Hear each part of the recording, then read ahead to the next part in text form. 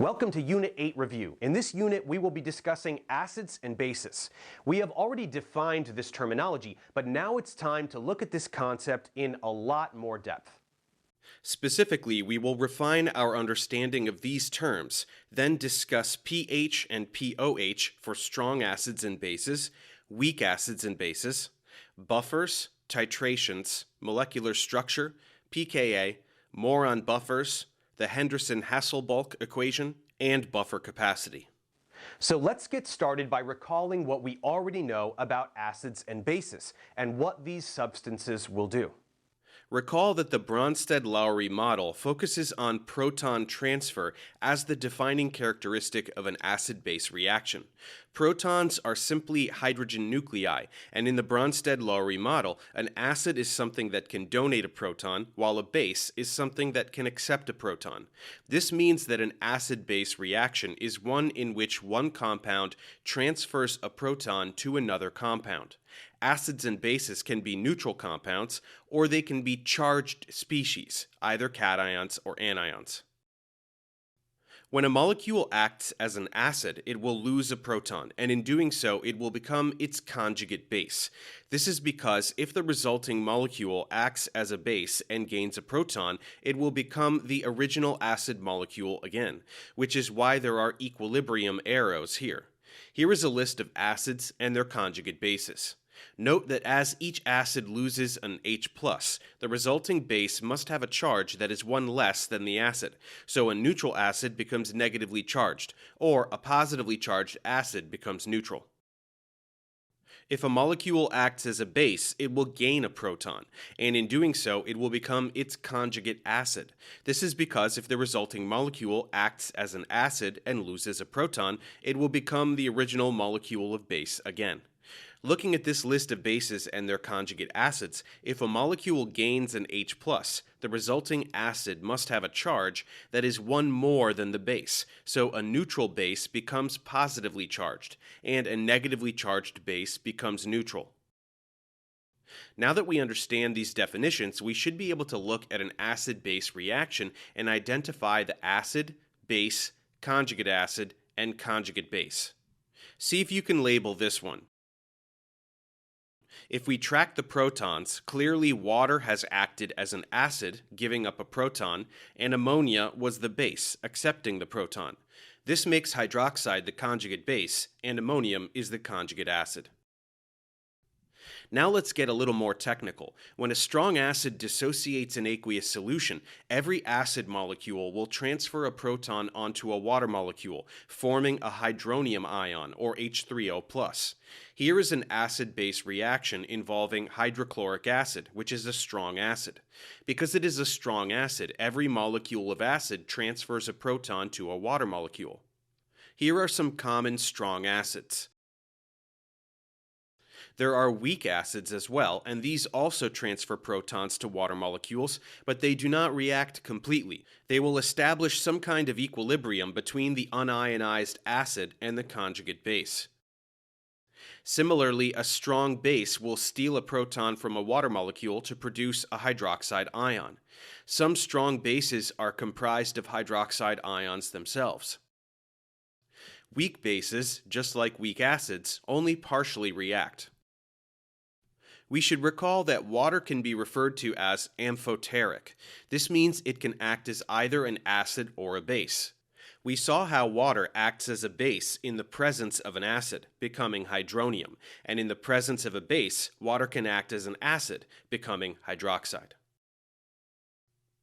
Earlier we learned about chemical equilibria, so it's time to learn about the intersection of this concept with acids and bases by looking at acid-base equilibria. Again, strong acids deprotonate entirely, but weak acids will only deprotonate to an extent, which means that an equilibrium is established between the ionized and unionized form of the acid. Looking at this equilibrium, we also know how to generate the equilibrium expression, only this time, instead of Kc, we can use Ka, which is essentially the same thing. We just call it the acid dissociation constant, because we are describing the degree to which the acid will ionize. The rest will look exactly the same as what we know. If something were to act as a base, we could do the exact same thing using Kb, the base dissociation constant. So now let's go ahead and see how we can determine either Ka or Kb for a weak acid or weak base, given the equilibrium concentrations for a given solution. The main component in vinegar is acetic acid, which is what gives it its sour taste. At equilibrium, a vinegar solution contains the following concentrations of acetic acid, hydronium, and the acetate ion. So what will be the Ka value for acetic acid? Well, let's first write the acid-base equilibrium for acetic acid. That looks like this, with acetic acid donating a proton to a water molecule to form hydronium and the acetate anion. And the Ka value relates to the equilibrium concentrations in this way, just as it does for any other acid. Luckily, we are given equilibrium concentrations, so all we have to do is plug in these values and do the arithmetic. We will get 1.77 times 10 to the negative 5 as the Ka value for acetic acid. Now let's try doing a calculation for a weak base. Caffeine, or C8H10N4O2, is a weak base. If a solution of caffeine at equilibrium displays the following concentrations for caffeine, the conjugate acid of caffeine, and the hydroxide ion, what is the Kb for caffeine? Once again, let's understand that this is the acid-base equilibrium that is happening in this solution, and this is the corresponding Kb expression. All we have to do is plug in our equilibrium concentrations and again do the arithmetic. We should get 2.5 times 10 to the negative 4 as the Kb for caffeine. So we now know that if we have an acid-base equilibrium featuring a weak acid like acetic acid, we will be able to calculate the Ka for that acid by plugging in all of the equilibrium concentrations into the Ka expression and solving for Ka. But the thing is, we usually won't have this data. Often the most practical way to gain information about an acidic or basic solution is to simply measure the pH, which equals the negative log of the hydronium concentration. And we want to be able to determine the Ka or Kb for a weak acid or base by using pH data. Let's say we have a solution of nitrous acid with a concentration of 0.0516 molar, and we measure the pH of this solution to be 2.34. What is therefore the Ka for nitrous acid? Well, let's write out the complete chemical equilibrium, whereby nitrous acid donates a proton to water to form hydronium and the nitrite ion. We are going to have to set up an icebox, so let's construct that now. So what can we fill in first? Well, let's see what we have. We have an initial concentration for the acid that's 0.0516 molar, so that can go here. We also know that at first, before any of the acid reacts, there will be essentially no hydronium, and there will be no conjugate base yet, so we have zeros in these boxes. Everything is in a 1-to-1 ratio stoichiometrically, so filling in the other two rows will be as simple as possible. Now we also have the pH, which is a way to express hydronium concentration, so let's use that to determine the hydronium concentration at equilibrium. Since pH is the negative log of hydronium concentration, the way we get hydronium concentration is 10 to the negative pH. And that gives us 0.0046 molar as the equilibrium concentration for hydronium. So let's put that in this box. We also know that for every molecule of acid that reacts, we will get precisely one hydronium and one molecule of the conjugate base. So that means the nitrite ion must also have this concentration, since it must be present in the same amount as hydronium. That also means this same number was the change in concentration for these species, which means the concentration of nitrous acid must have decreased by precisely the same amount. That will put the equilibrium concentration of nitrous acid at 0.047 molar. Now, as we know, to calculate Ka, we simply plug these equilibrium values into the Ka expression, do the arithmetic, and we end up with a value of 4.5 times 10 to the negative 4 as the Ka value for nitrous acid. We now know what an acid-base reaction is and can perform relevant calculations. But how do we know if an acid or base is strong or weak? Let's cover some basic guidelines. Very generally speaking, the strength of an acid or base is proportional to the stability of its conjugate. If an acid loses a proton and becomes something very stable, like a chloride or iodide ion, the acid will be very strong, as deprotonation is very favorable. If an acid loses a proton and becomes something unstable, like a hydroxide ion, the acid must be very weak, as deprotonation is unfavorable and thus unlikely to occur, like it would be for water. So strong acids and bases have weak conjugates. But to expand from this general guideline, there are a few more details to consider. First, we can note the location on the periodic table of the central atom in the acid or base. If we are looking at the binary acids in group 17, we can note that acidity increases going down the table. This has to do with the size of the anion that will be the conjugate base after deprotonation. The chloride ion is much larger than the fluoride ion, and this affects its ability to accommodate the negative charge. Bromide is larger and iodide is larger still, which is why hydrobromic acid is stronger than hydrochloric acid, and hydroiodic acid is one of the strongest acids known. We can also say that acid strength increases moving to the right. This has to do with electronegativity. The more electronegative the element, the better it can accommodate a negative charge. So if methane were to deprotonate, carbon would be very bad at accommodating the negative charge. Whereas nitrogen is slightly better, oxygen is better still, and fluorine is quite good at accommodating this charge. So the acidity of a central atom increases going down and to the right on the periodic table. By the same token, basicity must therefore increase in the opposite directions, because more electropositive elements are more capable of accommodating positive charges. Next, we can look at molecules that contain hydroxyl groups. These could be acidic, basic, or amphoteric, depending on the nature of the central atom. In order to decide the acidity or basicity of the compound, we have to know whether one bond will break, resulting in hydroxide ions, or another bond will break, resulting in the transfer of a proton to a water molecule, forming a hydronium ion. This depends on the strength of these bonds, which is determined by the electronegativity of the central atom. If it has a low electronegativity, it will not hang on to the electrons in this bond very well. That bond will break, resulting in hydroxide ions, which means the compound was a base.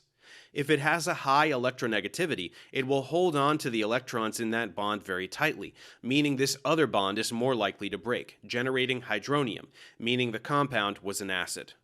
In the latter case, with electronegative central atoms, we are necessarily describing oxyacids. Apart from the strength of an oxyacid increasing along with increasing electronegativity for the central atom, acidity will also increase as the oxidation number of the central atom increases. Nitric acid is a stronger acid than nitrous acid because the nitrogen is +5 rather than +3. And sulfuric acid is stronger than sulfurous acid for the same reason. So when we are looking at acids and bases, there are factors in terms of molecular structure that determine their strength. We must look at the location of the central atom on the periodic table, because this will determine characteristics like ionic radius and electronegativity. We must consider the oxidation state of the central atom, and there are other factors like the extent of resonance stabilization that may apply, although that is a bit beyond our scope here. Now it's time to return to the concept of pH and introduce the related parameter pOH and the kinds of calculations we can do with these two values. To set up the appropriate context, we must understand that pure water will auto-ionize to a small degree. This means that it will react with itself, and one water molecule will transfer a proton to another water molecule to generate one hydronium and one hydroxide. This is an acid-base equilibrium, so it must have an equilibrium constant, and for the auto-ionization of water, it has a special symbol, Kw, which will be 1 × 10 to the -14 at room temperature. This value will increase as temperature increases, because at higher temperatures, molecules are moving with more kinetic energy and are thus more likely to transfer a proton upon colliding. We should be able to use information about Kw at various temperatures to calculate the hydronium and hydroxide concentrations in a sample of water. Let's say we are looking at a sample of pure water at room temperature. We already mentioned that at room temperature, the Kw for the autoionization of water will be 1 times 10 to the negative 14. What will be the concentration of each ion? Well, we know that the product of their concentrations must equal Kw, and we also know that the hydronium and hydroxide concentrations must be the same, because when a proton is transferred from one molecule to another, we will generate precisely one hydronium ion and one hydroxide ion, so these substances must be present in identical amounts. That means that Kw can be said to be equal to hydronium concentration squared. So we take the square root of both sides, and we can see that hydronium concentration must be equal to 10 to the negative 7, which will be the concentration of hydroxide as well. We could do the same thing for another temperature and Kw. Let's say at 80 degrees Celsius, the Kw is 2.4 times 10 to the negative 13. What will be the concentrations here? Again, that means that the Kw is equal to the square of either concentration, so we must simply take the square root and see that concentration will be equal to 4.9 times 10 to the negative 7. So now we know that a pure sample of water will contain a tiny bit of hydronium ions and hydroxide ions due to the autoionization of water. We will use hydronium concentration and hydroxide concentration to figure out the acidity or basicity of any solution as compared to these values for water. We consider water to be neutral as it has an equal number of hydronium and hydroxide ions, since every time an ionization occurs, it generates one of each. This means that if there is more hydronium than hydroxide in a solution, we will consider the solution to be acidic, and if there is more hydroxide than hydronium, we will consider the solution to be basic. In order to assess the acidity or basicity of a solution, we will therefore have to be able to discuss hydronium and hydroxide concentrations. As we have seen, these concentrations usually have values in scientific notation, which isn't very palatable, so we have developed a way to translate these values into numbers that are easier to communicate. We will use a logarithmic scale, since concentrations can often span many orders of magnitude. This will be done using what is called the p function, where px will represent the negative log of x. We can apply this in a number of different ways. The pH of a solution is the negative log of the hydronium concentration, so pH will measure the acidity of the solution. Since a hydronium concentration above 10 to the negative 7 indicates an acidic solution, it will be a pH below 7 that indicates an acidic solution because of how logarithms work. A pH above 7 will indicate a basic solution. Likewise, we can calculate the pOH of a solution by taking the negative log of the hydroxide concentration. This will tell us the basicity of a solution. Here, it's the reverse of pH. Low pOH is basic, high pOH is acidic. We can also arrive at hydronium or hydroxide concentration given the pH or pOH. We just rearrange these equations. When no base is listed for a logarithm, it is implied to be 10, so that means that if we first divide both sides by negative 1, we can then show that 10 to the negative pH will give us the hydronium concentration. Likewise, for pOH, dividing first by negative 1 means that 10 to the negative pOH will give us the hydroxide concentration. Lastly, because of these relationships, we can derive one last equation, and that is as follows. pH plus pOH will equal 14, since Kw equals 10 to the negative 14. With all of these relationships, we should be able to get from any one of these values to any other in a given solution. Let's do a quick example. Say we have 0.0235 molar HCl solution. What is its pH and what is its pOH? Well, as we said, pH is equal to the negative log of the hydronium concentration. HCl is monoprotic and a strong acid, which means it will completely deprotonate, and this will therefore also be the concentration of hydronium. We just take the log base 10, flip the sign, and we should get 1.63 as our answer. Now, we also said we wanted the pOH. Luckily, this is also very easy to get from the pH. If pH plus pOH equals 14, then let's just subtract the pH from 14 to get 12.37, and that will be the pOH. Let's now return to the concept of titration and get a more quantitative understanding of this technique. As we recall, titration is a form of stoichiometry, where a neutralization reaction can be monitored with a colored indicator to determine the concentration of an acid or base. The indicator will turn the solution a certain color once a precise stoichiometric amount of acid or base has been added so as to precisely neutralize the other substance. But now that we have a better understanding of acid-base calculations, we can take a closer look at the pH as it changes during a titration. First, let's examine the simplest situation, the titration of a strong acid with a strong base, by looking at this titration curve. Let's say we have 25 milliliters of 0.1 molar hydrochloric acid, and we are titrating with 0.1 molar sodium hydroxide. At first, there is only hydrochloric acid in solution, so the pH starts off quite acidic, around 1. As base is added, some of the acid is neutralized, slowly raising the pH. Once 25 milliliters are added, this is enough to reach the equivalence point. This is where there is precisely enough base present to neutralize all the acid, which means there will be no acid or base, only water and the sodium chloride salt that results from the acid-base reaction, so the pH will be completely neutral at this point. Then, as more base is added, the pH begins to climb into basic territory, as there is no acid left to neutralize it. When titrating using any strong acid and strong base, the equivalence point will always be 7, but things get trickier when one of the species is weak. Let's examine a situation where we keep the previous volumes and concentrations the same, but this time a weak acid like acetic acid is titrated with strong base. Because acetic acid is weak, not all of it will ionize, which means there is less hydronium in solution than for a solution with hydrochloric acid of the same concentration. So we begin at a pH of 3 this time. We can see that as sodium hydroxide is added, the pH will climb more rapidly than the previous example. The equivalence point will also climb higher than the previous example because even when enough base has been added to neutralize all the acetic acid, there will then be acetate in solution, which is strong enough to react with water in solution to generate some hydroxide, meaning the solution will be basic at the equivalence point. After the equivalence point, the pH will continue to climb as more base is added. We can see that the behavior for each curve is different leading up to the equivalence point, due to the initial discrepancy in acidity. But once the acid is completely neutralized, the behavior after the equivalence point is identical, as this simply represents the addition of more hydroxide.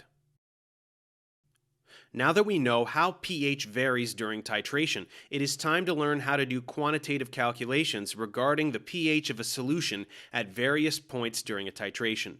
These will essentially be stoichiometric calculations, because we will simply have to know how much acid or base we started with and how much acid or base was neutralized upon the addition of a certain volume of titrant. This allows us to calculate the amount of hydronium or hydroxide remaining in solution and therefore the pH. Let's return to our previous example of 25 milliliters of 0.1 molar hydrochloric acid being titrated with 0.1 molar sodium hydroxide. We can calculate the pH of the solution after any amount of base has been added, so let's do this in increments of 12.5 milliliters, from 0 to 37.5. This will be easy since both the acid and base are strong, so we can assume complete dissociation of both species. Before any base has been added, we simply have 0.1 molar hydrochloric acid, which will be equal to hydronium concentration, so we can just take the negative log to get 1 for the pH. After we start adding base, we need to figure out how many moles of acid are neutralized. 25 milliliters, or 0.025 liters, times 0.1 moles per liter will be equal to 0.0025 moles of acid. If 12.5 milliliters of base are added, that will be 0.00125 moles of base. That is enough to neutralize half the acid, so we will get 0.00125 moles of acid left over, divided by the new volume of 0.0375 liters, and that gives us a hydronium concentration of 0.033 and a pH of 1.48. After 25 milliliters, we have precisely the same amount of acid and base, so we will get a completely neutral solution of pH 7. After 37.5 milliliters of base, now we will have excess hydroxide. 25 milliliters, or 0.0025 moles, were neutralized by the acid, so we have an additional 0.00125 moles of hydroxide remaining. Dividing by the total volume of acid plus base, which is 0.0625 liters, gives us a hydroxide concentration of 0.02 molar, for a pOH of 1.7, and subtracting from 14 gives a pH of 12.3. Another important concept is buffers and buffer capacity, so let's make sure to define these terms as well. A buffer is a mixture of a weak acid and its conjugate base, or a weak base and its conjugate acid, that bestows the solution with an ability to resist changes in pH when small amounts of acid or base are added to it. An example of a buffer solution would be one containing acetic acid and sodium acetate, which provides the acetate ion. This comprises a conjugate acid-base pair for acetic acid, which is a weak acid. Another such example involving a weak base and its conjugate acid would be a buffer solution made from ammonia and ammonium chloride, which provides the ammonium ion. Just one proton transfer separates these substances. Buffer solutions function as follows. The Ka of acetic acid is larger than the Kb of acetate, so the forward reaction of the top equilibrium will be more prevalent, and there will be hydronium ions in solution.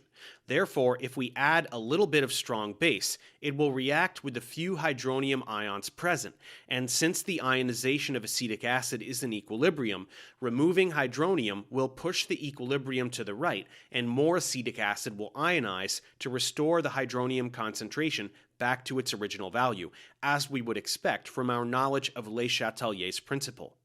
This means the pH will change very little or not at all. Likewise, if we add a strong acid, it will simply react with the acetate ions instead of water molecules, which will only generate more acetic acid. So this too will have very little effect on the pH, since no hydronium or hydroxide is formed in that ionization. This diagram shows the ways that the equilibrium between acetic acid and acetate will shift if acid or base are added, and the direction it must shift after the fact in order to equilibrate. We can start with equal amounts of the conjugate acid-base pair. If we add more acid, we can see that the equilibrium shifts to the left, and it will move to achieve equilibrium. If we add base, the opposite will occur. Whichever way we go, the system will balance and resist change in pH. Let's do one calculation. What would be the pH of a buffer solution that is 0.1 molar in acetic acid and 0.1 molar in sodium acetate, given the following Ka for acetic acid? We already know that the Ka for acetic acid is greater than the Kb for acetate, so we can conclude that the equilibrium will shift right. Let's go ahead and put these initial concentrations into an icebox. That'll be 0.1 for the acid and conjugate base, and there's no hydronium yet, or it is at least negligible. Then we will put negative X for the change in acetic acid, and X for the change of the products, since we are moving forward. Hence, these will be the equilibrium concentrations. We plug those into the equilibrium expression and solve for X, which will be the hydronium concentration, and from there we just take the negative log to arrive at the pH, which will be 4.74. So by applying our knowledge of acid-base equilibria, we can understand how a buffer solution is able to maintain a constant pH value. As we can see, buffer solutions are able to resist a change in pH when small amounts of strong acid or base are added to them due to the equilibrium that exists between the weak acid or base and its conjugate. But as we have said, this is for small amounts of acid or base. Every buffer solution has a limited capacity to resist a change in pH, and once a certain amount of acid or base has been added, it will no longer be able to function. As we add more and more acid or base, the buffering action of the solution will diminish, and once all of the weak acid or weak base has been exhausted, the solution will no longer have any buffer capacity, and there will be no resistance to change in pH. As we can see here, in the beaker on the left, we have a buffered solution at pH 8, and the addition of a small amount of acid will not have a substantial effect on the pH, which is why the beaker in the middle experiences only a small change in pH despite the addition of acid.